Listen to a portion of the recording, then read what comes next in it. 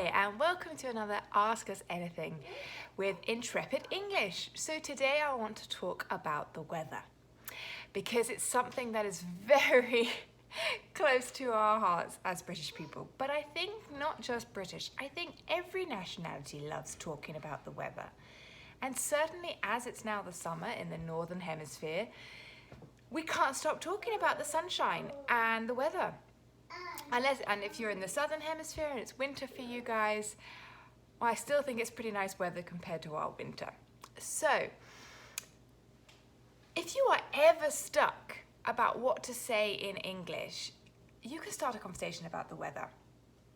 And because it's going to be a great conversation. So let's look at how you can improve your conversation with some new idioms. And here are my 3 reasons why this is important. First, they allow you to express difficult ideas. So these weather idioms are useful in many contexts because they are metaphorical, which means that they use something you can see, hear, feel, like snow, thunder, wind, to talk about ideas that are less tangible. And what do I mean by tangible? I mean that they're less able to be touched or noticed with your physical senses. Reason number 2, they improve your cultural understanding. So how is happiness like sunshine? How is a hard-hearted person like ice? Why does rain mean trouble? People shape a language, but a language also shapes people. When you learn English weather idioms, you get an insight into the personality of the English language.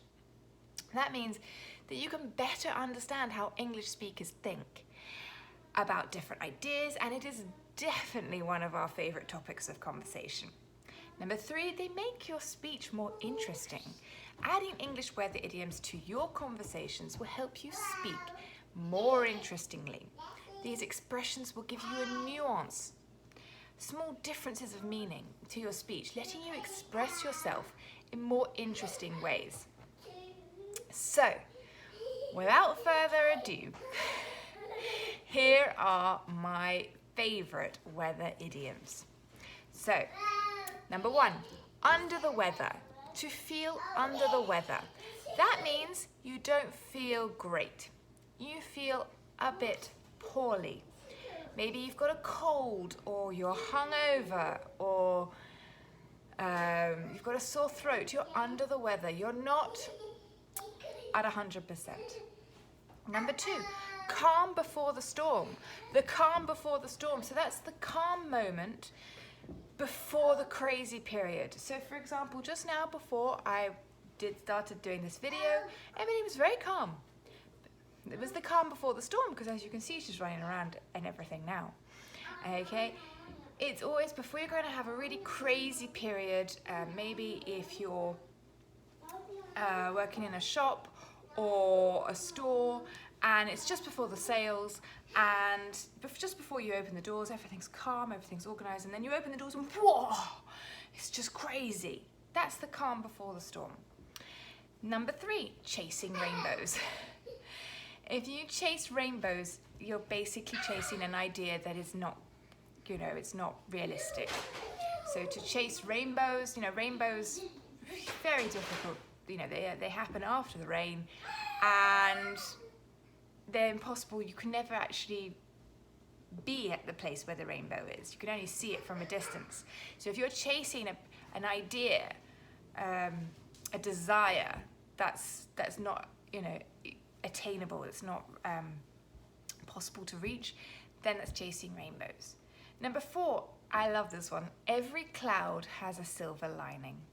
So I think this shows a lot about British mentality because it's very cloudy and it's very rainy. And so what we say is that, yes, there is bad weather, yeah, it's cloudy, but there's always something good to come out of that cloud. There's always something good to come out of that bad circumstance.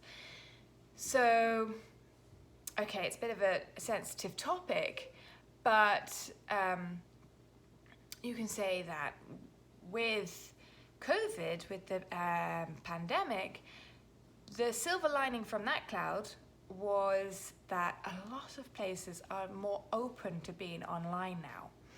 And a lot of people, a lot of employees can now work more from home than they ever could before. What's the matter, Emily? Oh dear. Okay. Emily, come and have a cuddle. I don't know what's the matter. Come and have a cuddle. Oh dear. Something upset you there. Sorry. Oh, no. Okay. What are we on? We're on number 5. Number 5, a fair weather friend. So if you're a fair weather friend, it means you're not really there. You're only there for the good times, the sunshine. And so that again says a lot about our mentality, because if you're only there in the sunny periods in the year, you're not really there for that person. You're not a really good friend. So that's a fair weather friend. Number 6, it never rains, but it pours. So this is classic, because it's when you have one problem, and it can happen quite often. Something goes wrong, and suddenly everything starts to go wrong. Pardon me. So it never rains, but it pours. It's just when a problem gets bigger and bigger and bigger and bigger and bigger. Okay, number 7, come rain or shine. So that means no matter what, come rain or shine, I will be there. Whether it's raining, whether it's sunny, it doesn't matter what the weather is, I will be at that party. I will be at that place. Come rain or shine. So it means no matter what, no matter the circumstances, I will do what I say I'm going to do. Okay, number 8 now. On cloud 9. So if you're on cloud 9, it means you're extremely happy. So on cloud 9, you're just so joyous and so ecstatic and full of happiness. Number 9, put on ice. So if you put something on ice, it means you're putting that on hold. So if you have a project, for example, you're trying to sell your apartment, and you decide that it's not really working, it's not the right market, then what we say is to put the project on ice. It means you put it on hold, on standby for the moment. Number 10, I think we're on now, icebreakers. These are great. Icebreaker means when you are meeting people for the first time and you want to break the ice. So you think of icebreaker conversation topics. So this is where you can break the ice, you can start the conversation. The ice is, the fact that you don't know each other. And so to break it, you start to know each other and become friends and start a conversation, really. Number 11, to steal my thunder. So to steal someone's thunder, if you've ever watched Friends, there was an episode about this. But it's to steal someone's thunder is, say your friend just gets engaged. This is very much just from Friends.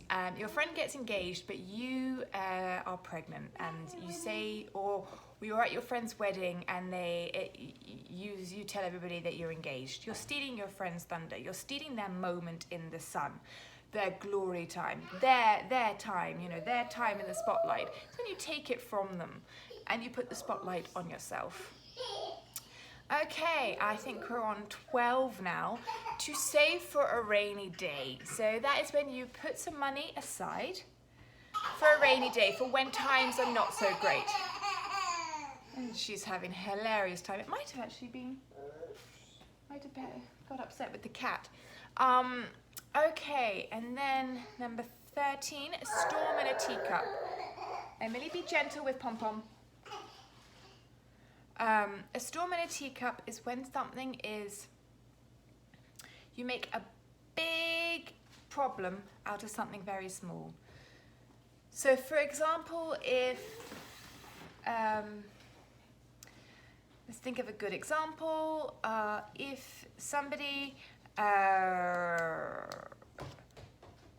for example, Emily starts crying, has a huge meltdown, really upset about something, and it was just because she's not able to, her banana fell on the floor. Okay, that's a storm in a teacup. It's a very, there's no reason to get so upset. It's something very minor, but there's a big upset with it. Number 14, to take a rain check. So that is when you take a rain check, so you agree to meet somebody.